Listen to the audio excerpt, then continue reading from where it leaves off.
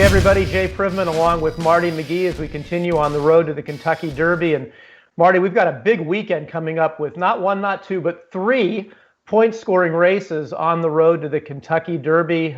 Let's start out here in California with the race that I'm most interested in this weekend, and that's the San Felipe Stakes. It will feature the undefeated Life is Good, currently the third choice on your Kentucky Derby line for the May 1st Kentucky Derby. And let's take a look at how we got there regarding him, because he's going to be going up against MEDINA Spirit, and they ran 1-2 in the Sham Stakes. Give me your thoughts on Life is Good going into this race.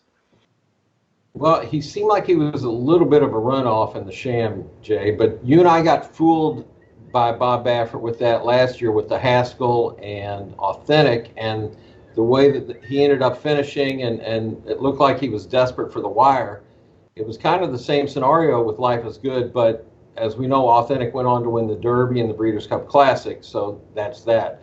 So I think this will be very telling. There seems like it's coming up a pretty good race, and he's got a chance to maybe join both Essential Quality and Greatest Honors as viable favorites for the Kentucky Derby. Life is Good has only had two races so far. The Sham was his second start. Marty, I agree with you in terms of how he seemed like he was a runoff a little bit in that race. And one thing I've been impressed by is that in his recent works, he does seem to be settling down more. I think having had 2 months since his last race and a chance to train him and take some time with him, it looks like it's paying off. And we obviously won't know for sure till he gets in the gate on Saturday and see how he reacts to having other horses around him. But at least the way he's breezed lately gives me the indication that he's learning his lessons, and he might be able to carry that speed a lot farther than he would have if he hadn't learned to relax. MEDINA Spirit, who ran second in the Sham Stakes, came out of that to win the Robert Lewis, and he held off in that race Roman Centurion.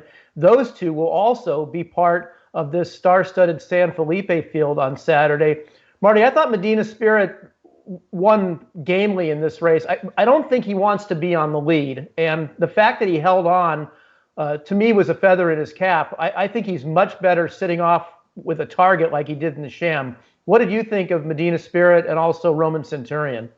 I thought he was completely engulfed at the 8th pole, and he was going to run a real bad third, but he fought back with Cedillo up, and like you said, Jay, maybe he didn't want to be on the lead, and the fact that he did fight back is kind of points to that. So, I guess that Life is Good will go to the lead in this race, and Cedillo will be able to get the spot that he wants. So, again, this horse has done very little wrong.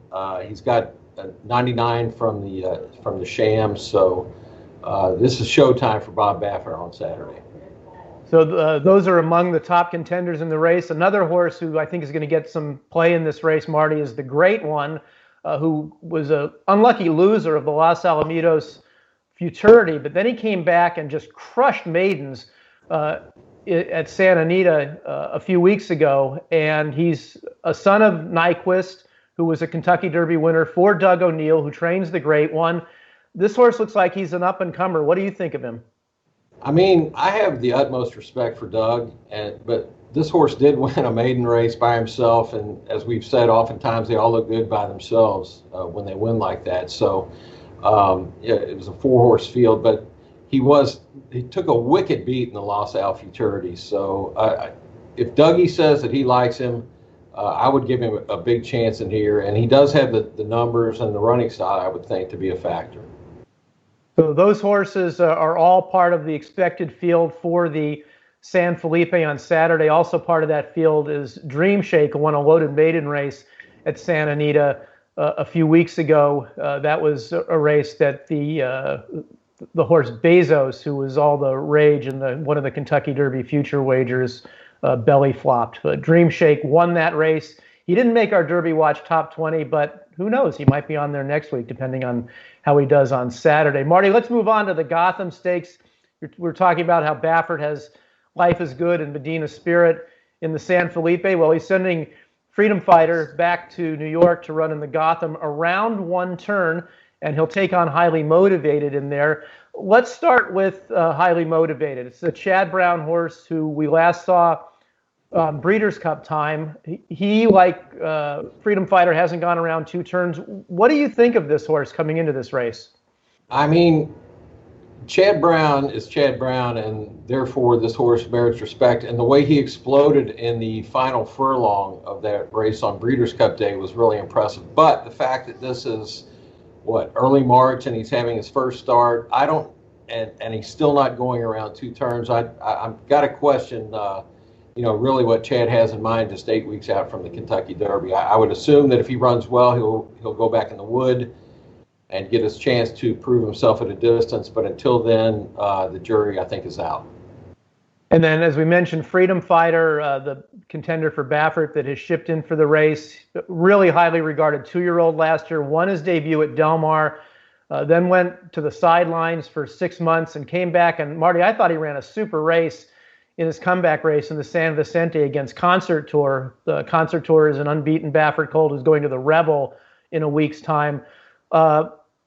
I think Freedom Fighter is a really good horse. I don't know how far he wants to run, but I was so impressed with his win or his comeback effort that I think I've been a little higher on him in terms of our Derby Watch list than you are. But give me your thoughts on him going into this race.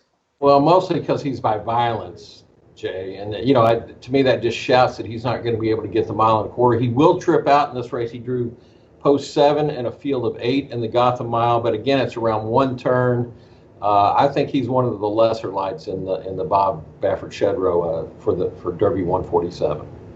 So we've got the San Felipe at Santa Anita, the Gotham at Aqueduct, and you are at Tampa Bay Downs for the Tampa Bay Derby. Lovely backdrop there, by the way, at Tampa Bay Downs for the video today.